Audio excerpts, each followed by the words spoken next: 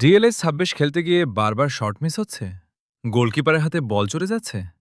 তাহলে আজকের ভিডিওটা তোমার জন্য। আজকে দেখাবো গোল করার ৫টা সহজ শুটিং টিপস, যেগুলো ঠিকভাবে ব্যবহার করলে তোমার গোল করার সুযোগ আরও বাড়বে। ভিডিওটি শুরু করার আগে তোমরা যদি আমাদের চ্যানেলে নতুন হয়ে থাকো, তাহলে অবশ্যই চ্যানেলটিকে সাবস্ক্রাইব করে অবশ্যই পাশে থাকা বেল আইকনটি অন করে দিন। আপনাদের একটা লাইক আমাদের নতুন নতুন ভিডিও বানাতে উৎসাহিত করে। তাহলে চলুন আর বেশি দেরি না করে ভিডিওটি শুরু করা যাক। প্রথম টিপসটা খুবই গুরুত্বপূর্ণ।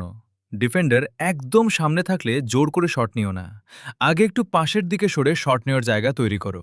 দেখো, এখানে ডিফেন্ডার সামনে ছিল, আমি একটু জায়গা তৈরি করলাম, এবার শট, গোল। তাই শট নেওয়ার আগে ১ সেকেন্ডের জন্য দেখো সামনে জায়গা আছে কিনা। দ্বিতীয় ভুলটা অনেকেই করে, প্রতিবার শট নেওয়ার সময় বেশি পাওয়ার ব্যবহার করে, কিন্তু সব পরিস্থিতিতে জোরে শট দরকার হয় না। গোলের কাছে থাকলে প্রয়োজন অনুযায়ী পাওয়ার ব্যবহার করো। এখানে আমি বেশি পাওয়ার দিলাম, বল গোলের ওপর দিয়ে চলে গেল, এবার কম পাওয়ার দিয়ে শট নিলাম, গোল। তাই পরিস্থিতি বুঝে পাওয়ার ব্যবহার করবে। তৃতীয় টিপস, শট নেওয়ার আগে গোলকিপার কোথায় আছে সেটা দেখো। যদি গোলকিপার একদিকে একটু বেশি চলে যায়, তাহলে অন্য পাশে জায়গাটা ব্যবহার করার চেষ্টা করো। এখানে দেখো, গোলকিপার একদিকে আছে, আমি অন্যদিকে শট নিলাম, গোল। তাই শুধু প্লেয়ারের দিকে না তাকিয়ে গোলকিপারের অবস্থানও দেখবে। চতুর্থ টিপস, অনেকে মনে করে গোল করার জন্য একদম গোল পোস্টের কাছে যেতে হবে। সবসময় এমন নয়।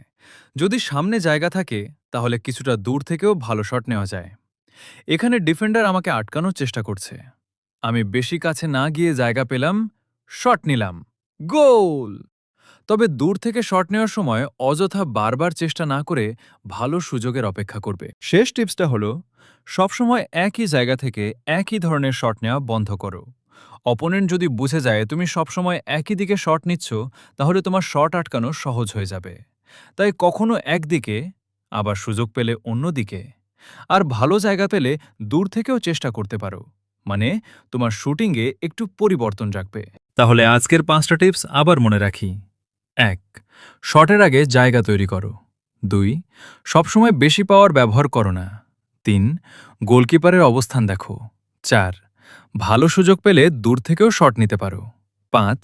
সবসময় একই জায়গায় শট নিও না। এই ৫টা বিষয় মাথায় রাখলে তোমার শুটিং আরও ভালো হতে পারে। আর শুটিং ভালো হলে গোলও হবে অনেক বেশি।